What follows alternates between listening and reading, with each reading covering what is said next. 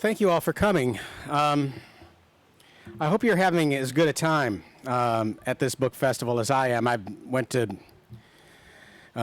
two sessions before this, and first Jill Lepore, and then just now Linda Greenlaw have brought me to tears, and that's not a great situation for me to be in as I begin to talk to you. But I'm going to try to rally here and give it my best shot. I am going to read a short section and then just turn it over, I think, to questions. I'm not going to be reading in this section about. I've not chosen something to read about my mother. I didn't tour with this book in hardcover because it was so raw and so visceral, and the story that I was telling was so intimate that I didn't really think I could. And so I'm not going to read that. I'm going to read some context. I think that the question that all memoirists should ask themselves, and sadly, not very many do, is a very simple question, which is, so what? Right?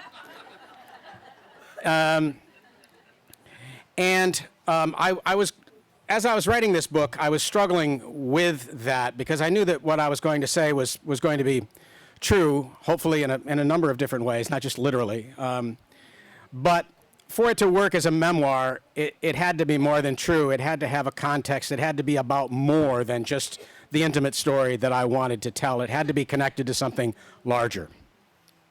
And so what I'm going to read for you today is something that places a very intimate story, my mother's life, my own life, but how both of those lives were connected intimately to a place, Gloversville, New York, where my mother grew up and where I grew up.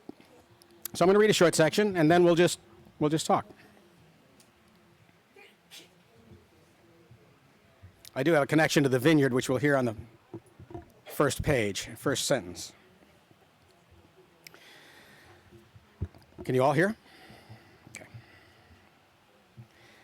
After we scattered my mother's ashes on the vineyard, Barbara and I could feel the pendulum begin to swing, tragedy waning, and comedy, at least in the Shakespearean sense, waxing. Kate and Tom had gotten married in London back in November, and we were now again in nuptial mode, preparing for Emily's wedding in September. Caught up in the spirit of these proceedings, I started to work on a wedding story. At least I thought it was a story. It turned out to be a novel, though. One that was cleaved right down the center, a wedding anchoring each half. Compared with the book that preceded it, My Darkest, written and revised during my mother's long final descent, this new novel was a breezy tale that seemed to suggest that I was finding my way back to the cautious, hard-won optimism that characterizes my fiction. Back on the vineyard, I had feared that my nightmare about carrying my mother through unfamiliar streets towards an unknown destination might be a recurring one, but I hadn't had it since, and I took this to mean that my mother was finally at rest, or perhaps that I was. It seems strange to admit now, but just being alive was at some level surprising. In contrast to the remarkable longevity of the women on my mother's side of the family, Russo males had a piss-poor track record. And somewhere in the back of my mind, I must have linked my mother's chronological destiny with my own. Yet, here I was, not only alive, but according to my doctor, in excellent health. So, Barbara and I started making plans. After all, our circumstances had changed dramatically. Suddenly, we had neither ailing parents nor heart-stopping medical bills. Our daughters' educations were paid for. By autumn, both girls would be married to the kind of young men that we had hardly dared to hope for. And all four young people were embarking on careers that they were passionate about, which begged an obvious question. What in the world were Barbara and I going to do with ourselves? At long last, we had been left to our own devices, only to discover that we couldn't recollect precisely what those devices were. Perhaps we would need all new devices. One of the things that we had been unable to do while my mother was alive was to travel, at least not together. I could go off on a book tour or to LA or New York for a script meeting, as long as Barbara remained behind to hold down the fort. And of course, she could visit her family in Arizona if I stayed behind. Now we could actually go places together. For years, we had longed for an apartment in Boston so that we wouldn't have to fly out of Portland, Maine, the preferred airport of hijackers and no one else. A place in the city would give us somewhere to spend the darkest months of Maine's interminable winters. All this was down the road, though. Meanwhile, the theme would be weddings, fictional and real. That felt both right and appropriate. Weddings are all about our hopes and faith in the future, right? Right. Except not entirely. As I knew all too well from recent experience, and was learning about more with every page of my new novel in progress, weddings are also about the past. Kate's wedding had been held at the Royal Society for the Arts, a series of underground vaults, formerly wine cellars, just off the Strand. She and Tom, who is English, would be living in London, so there had been no question of having the ceremony in the States. The wedding was relatively small.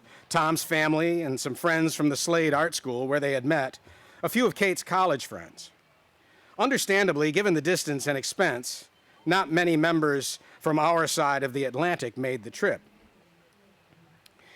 The exception was my cousin Greg and his wife Carol, both of whom have lived all of their lives in Gloversville, New York. "This is quite a ways from Hellwig Street," Greg said, taking in the venue. It wasn't quite as grand as the phrase Royal Society might suggest, but the arching brick vaults candlelit for the occasion were impressive. There's nothing remotely like it in an upstate New York mill town. The person who would have appreciated it most, of course, was my mother. While we waited for the bride and groom to finish having their photos taken, the "how far we had all come" theme occupied the American contingent. Nat Sobel, my friend and literary agent, immediately took to my cousin, telling Greg that he too, as a boy, had lived near a tannery that released its toxins into the local stream, the water running a different color each day depending on the dye batch. And so, flutes of Prosecco in hand, we began swapping stories about the worst jobs we'd ever had. I recalled my brief non-union construction job in Johnstown. Other summers, I'd been able to get union work at an hourly rate twice what the men were making in the local skin mills.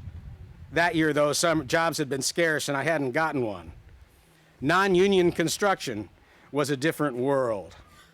The first week, we had to drill holes in a concrete abutment. Not a difficult task if you have a drill. We didn't. What we did have was a jackhammer and a foreman who was unconstrained by conventional thinking. The jackhammer guy and I formed a team that afternoon. Balancing his weapon on my shoulder, I held on for dear life as we jacked horizontally into the wall, sharp shards of concrete blasting back into our faces. That was the other thing we didn't have, a spare set of goggles. Now, this story will win a lot of bad job contests, storytelling contests, unless your competitor has worked in the beam house of a skin mill doing the wettest, foulest, most dangerous work in the whole tannery. My cousin Greg had worked in one for a couple of months, and his younger brother Jim for much longer. The first and probably nastiest job in the beaming operation was unloading the skins which arrived at the loading dock on railroad cars still reeking from the slaughterhouses. The word skin probably gives the wrong impression. Most people have never seen a hide, sheep, pig, cow, calf, unattached to its living owner. Stretched out flat, it's big, and, especially with cows, surprisingly heavy. My grandfather gave himself a hernia tugging hides from one position to another over his cutting table. When the skin arrived in the beam house, the top side was still covered with coarse hair, the underside with patches of maggot-infested flesh and gristle. The stench, you don't want to know, but imagine if you can, what it must be like to spend an 8-hour shift unloading a rail car full of them in extreme temperatures. Later, inside the beam house, Greg assured us, things got even worse. Here the skins were submerged in huge vats and soaked for days in a chemical bath that stripped most of the hair and the last of the clinging flesh from the hides. Naturally, these chemicals could do the same to the hair on the hands and forearms of men who hoisted the soaked skins out of the vats, and so long rubber gloves were issued. You'd think that the skins would be lighter minus the hair and the flesh, but you'd be wrong, because untanned skins reabsorb the moisture lost during transport and this cleansing process. The soaking also turns the heavy skins slippery. The rubber gloves make the slick skins harder to grab a hold of, as does the fact that you're bent over the vat and standing on a wet concrete floor. At some point, like men farther down the line who prod the tan skins into the staking machines and roller presses, you'll do what you know you shouldn't. You will take off the rubber gloves, because that immediately makes the job easier.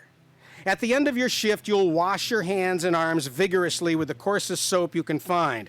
And when you get home, you'll do it again. You will gradually, though, lose the hair on your hands and forearms. But otherwise, for a while, everything seems fine. Okay, sometimes your fingers itch. A little at first, and then a lot. Your skin begins to feel odd, almost loose, as if moisture has somehow gotten beneath it and what you're trying to scratch isn't there on the surface. Finally, it itches so bad that you can't stand it anymore, and you grab your thumb or forefinger and you give the skin a twist and then a pull. The skin, several layers of it, comes away in one piece, like the finger of a latex glove. On the other side of the Atlantic, at the Royal Society for the Arts, my cousin demonstrated this with his thumb, everyone wincing as he pulled off the imaginary prophylactic of skin. Instantly, the itching becomes a stinging pain as the air around impinges on your raw flesh. Later, someone comes around with a jar of black goop, and you plunge your raw thumb into it, the coolness offering at least some relief. And for a while, you go back to wearing the rubber gloves. This is only the beginning, though, just the beam house's way of saying hello when all you want to say is goodbye. To the skins, the foul chemical air, even your coworkers, because let's face it, the ones who have been at it for a while, many of them with fifth-grade educations, they aren't quite right. You all make the same shitty pay, but at the end of the summer, you get to go back to college, and for that, the others hate you. Meanwhile, you can't imagine getting used to work like this, ever. Or that the day will come when the lunch whistle sounds, and instead of going outside into the fresh air, you'll decide that it's easier to just stay where you are, take a seat on a pallet of decomposing hides, wipe your hands on your pants, and eat your sandwich right there. Because what the hell? It's been forever since you could really smell or taste anything anyway. Plus, in the beam house, there's entertainment. You can watch the rats chase the terrified cats that have been introduced to hunt them. As my cousin relates this story, which I'm hearing for the first time, I become conscious of being in two places at once. I had one wing-tipped foot in the candlelit world of a fancy art society in London in 2007. The other work-booted foot was sloshing through the wet, slippery beam house floor in Gloversville, New York, circa 1970.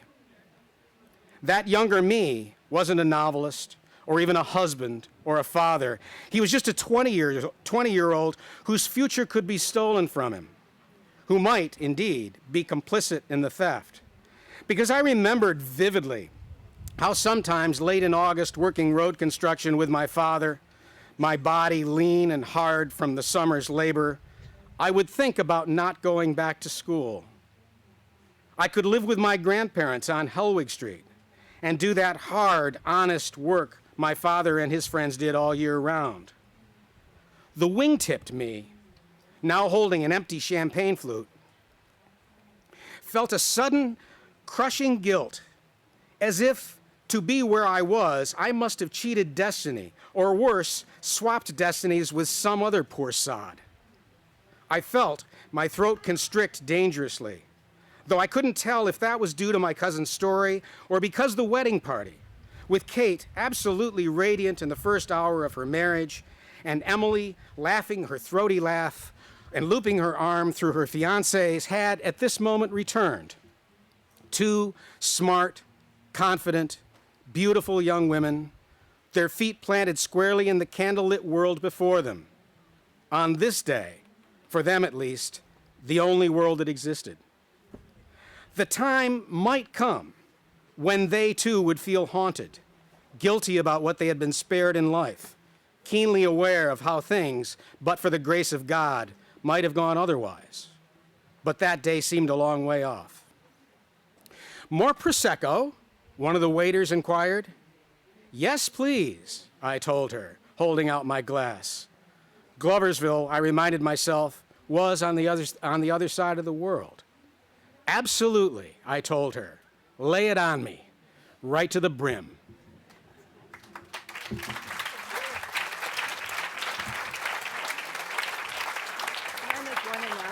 Yes.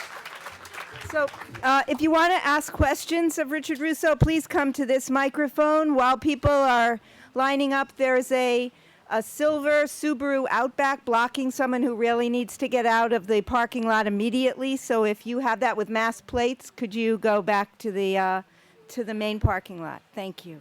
Sorry.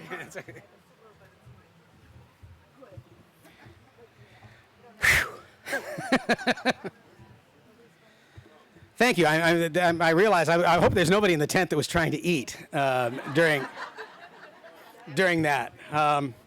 If so, just clean up your mess as best you can, and we will get on with it.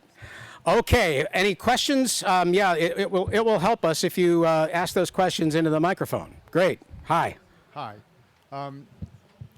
What would you say about your experience with your mom when you did your across the USA trip and then settled into a new world? Looking back on it, one of the interesting issues for me was how different, looking back on your life, how different it proved to be than you thought at the time. Yeah, well, one of the things that happens, of course, is that given enough time, tragedy turns into comedy. There's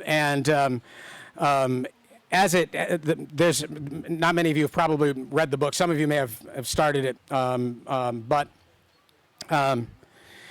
when I was 17, just turning 18, I bought the first car.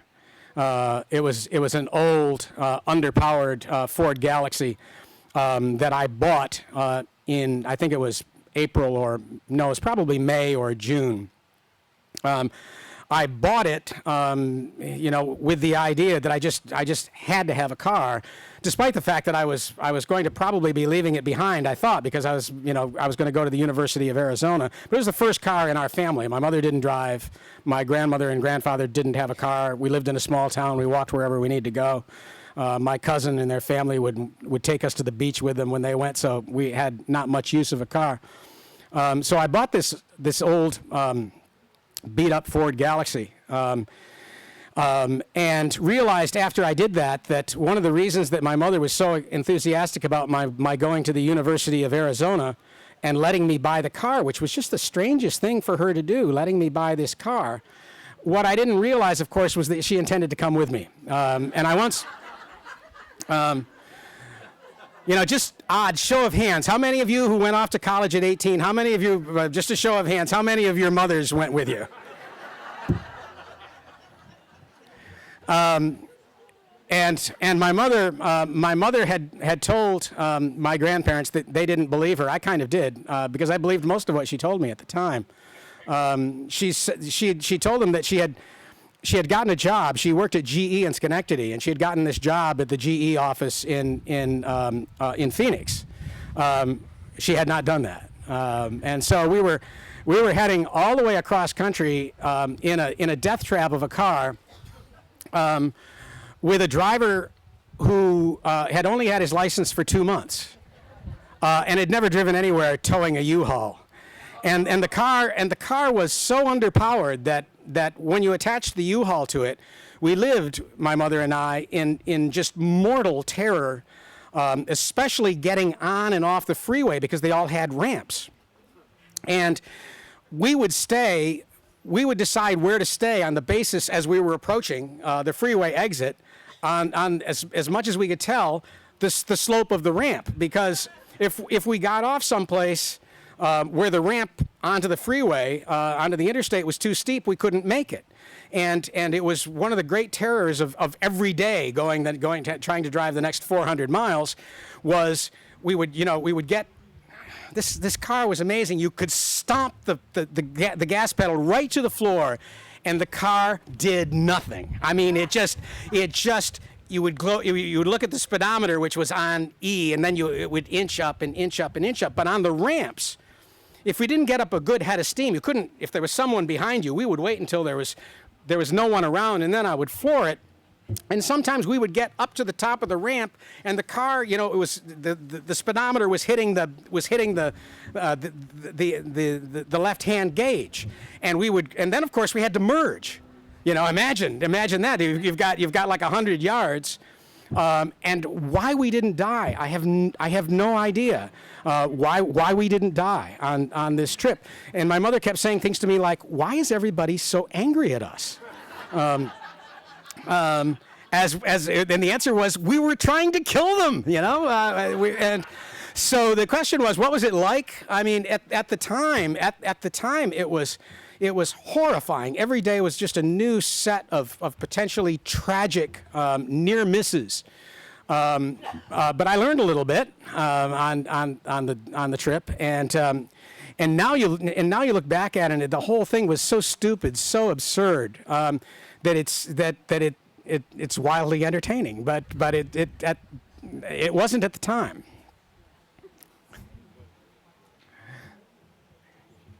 Yes, sir. Hi.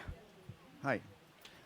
This is more not a question so much as just a connection. The two world thing. My mother grew up in Gloversville, and her uncle ran a glove factory. Uh-huh.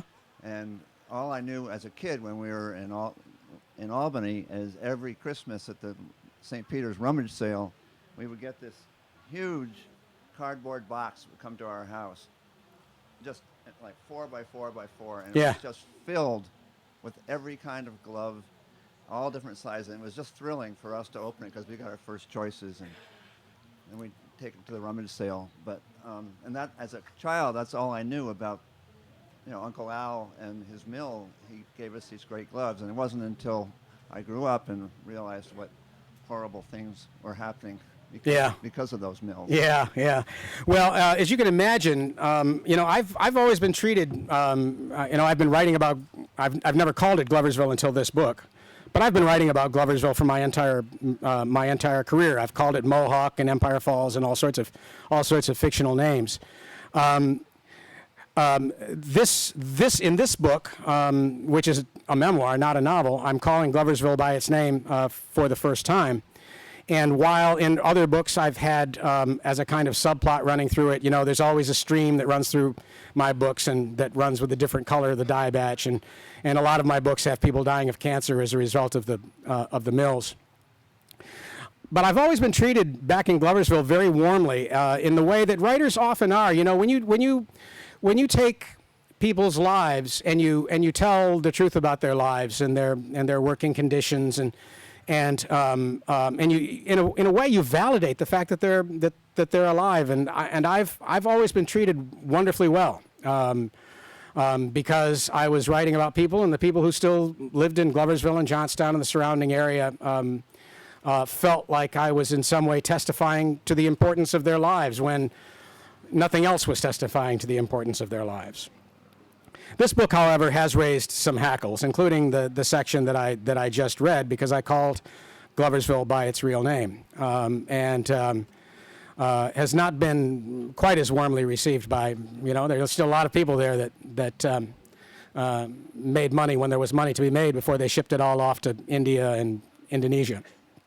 One of the sadder things in all of this is that there's only, that I know of, only one glove maker anymore in Gloversville. When I went, after my mother died, we had a family get together in her honor in Gloversville, and all the family came. And my cousin Kathy tried to buy a pair of gloves in Gloversville and could not. There's nothing there anymore that except for this one guy from New York has come up. He's become famous. He makes gloves in Gloversville, but unfortunately he makes them the gloves that he makes. He's very famous, and he sells. I'll bet you there's somebody here in this audience that has a pair of gloves. Unfortunately, his gloves sell for like $750 a pair or something like that. He's a glove maker to the stars, and that's the only glove maker that I think is. He's got a little shop right on Main Street in Gloversville. So, yes, ma'am. Hi.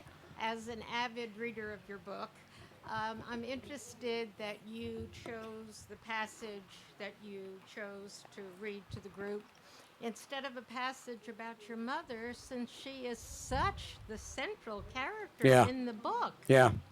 Well, I thought about it. Part of it is that the reason that I chose to read what I did rather than a passage about my mother. Is that my mother's story is still so raw and visceral? I mean, the last thing anybody wants to see is a comic writer crying on stage. And my mother had a hard life. I think that in the end she didn't win her battles with her demons. But it's hard to imagine anybody that could have fought harder than she did. I stand before you, as I said in this book, you cannot make a writer without first making a reader, and my mother is responsible for the fact that I'm standing here today, and I can barely get that out. But she there are any number of passages that I could have read and would have loved to have read if I thought I could have gotten through them. But again, too. If that was all there was in the book, if there was just the intimate story of my mother and me, I don't think I would have published it, because I think that what I wanted from this memoir, was the sense that this is the story that's been told over and over, or has played out over and over and over again in America for the last 50 years and probably much longer. It's the story of working people in one mill town in one place in upstate New York.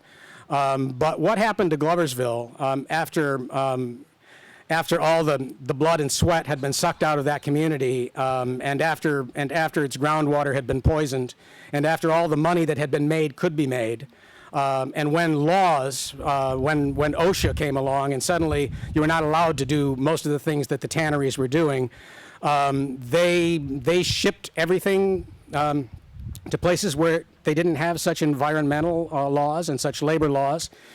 And they're still going about business as usual, just in some other part of the world and poisoning some other population.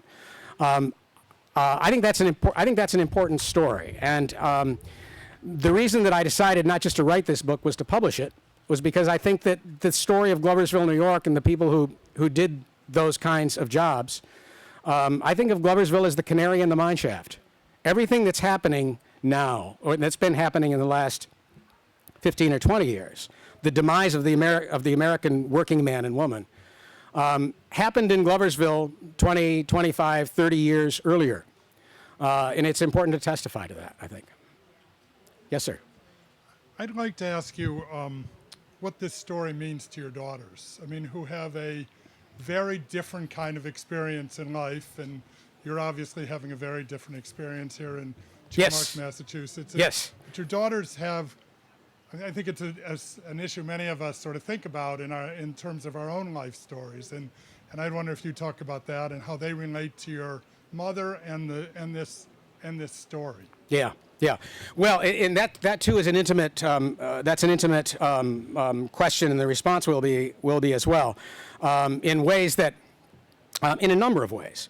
For those of you who haven't read it, it's no great. I don't think I'm going to ruin it for any of you who haven't read this book, but. The demons that so tormented my mother, I've come to believe, and I have a reasonable certainty on this. Although I'm not a doctor, I never diagnosed her, but she was pretty clearly obsessive compulsive, and as she grew older and her panic attacks got worse, her world just narrowed, and it was very difficult. The reason that I know this with some certainty is that my daughter, Kate, whose wedding I just described to you, self-diagnosed as obsessive-compulsive not long after she was married. And when Barbara and I, my wife and I, found, when she told us about this, the first thing that we did, of course, was to go out and get some books on obsessive-compulsive disorder. And when I started reading them, I was just reading about my mother. And obsession, and my two daughters, I have a book-selling daughter, as some of you know. My daughter Emily, my older daughter, is a bookseller in Brooklyn. She has not escaped the obsessive-compulsive gene completely. My daughter Kate, as I said, self-diagnosed. Both are doing fine. One of the tragedies of this is that OCD, if it can be diagnosed, is pretty much 100% treatable. But if you don't diagnose it, it eats you alive. And in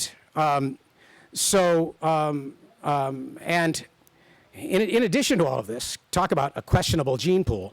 My father was a compulsive gambler, or at least at various times in his life was. So both of my daughters come into adulthood. With with some genetic questions to be answered, shall we say? But I'm happy to report that they're both doing wonderfully well, despite those dubious genetic gifts that I managed to supply them with. But Barbara and I made a conscious decision. We certainly wouldn't have wanted either of our girls to work in a beam house in a skin mill in upstate New York, but we made a conscious decision when they were old enough to work. When they got their first jobs, we probably needed them to, but even when it wasn't necessary anymore financially, when it wasn't necessary, we felt that it was important for them to know what it meant to go out and work, and they did. They worked from the time they were. I think Kate's first job was at 15 like 15, 20 hours a week at a place called the Smiling Cow. Which was in Camden, Maine. They both worked as hostesses and waitresses in a restaurant in Camden, where we were living at the time. They and their work dealing with the public was a valuable part of who they were and who they became as young women, and it tied them to a world of work that has benefited both of them. As I said, my other daughter, Kate, is an artist, and she has the same dogged pursuit in her painting. She devotes herself the same number of hours and the same kind of faith and persistence and doggedness that is necessary in any art, whether it's writing or painting or whatever.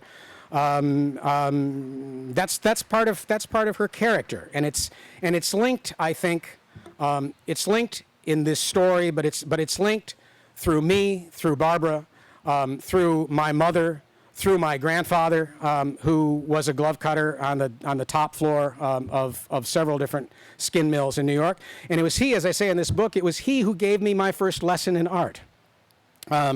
Which was, he said, to look at an animal hide, which is huge, and it's like the cross section of a tree.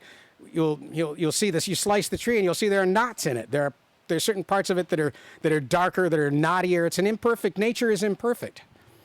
And it was he who explained to me that the trick to making a beautiful pair of gloves was not just stamping them out, just getting as many cuts as you can out of a skin with a machine. The trick was to look at the skin and see where the flaws were, right? And work those flaws so that the flaws are under what's going to be stitched, instead of in the palm, where when you go to shake hands with somebody, you don't see the knot from the tree right there, or the imperfection in the skin right there. So to him, cutting skins and turning them into gloves was an exercise in the imagination. A little bit like playing a game of chess, isn't it? You have to be thinking 4 or 5 moves ahead, always. So that by the time you get to this thing that you have to disguise, there's a way to do it. That was my first lesson in art, and it's as good a lesson in art as I ever got, although I got some other good lessons in art too. But it's the world of work and its intersection with the world of art, and my daughters both have. And two, it was my daughter Kate who said, you have to publish this book, because I said, I can say I just happened across a book on obsessive compulsive disorder, and she said, no, don't do that. Tell the truth. She said, I'll live. So.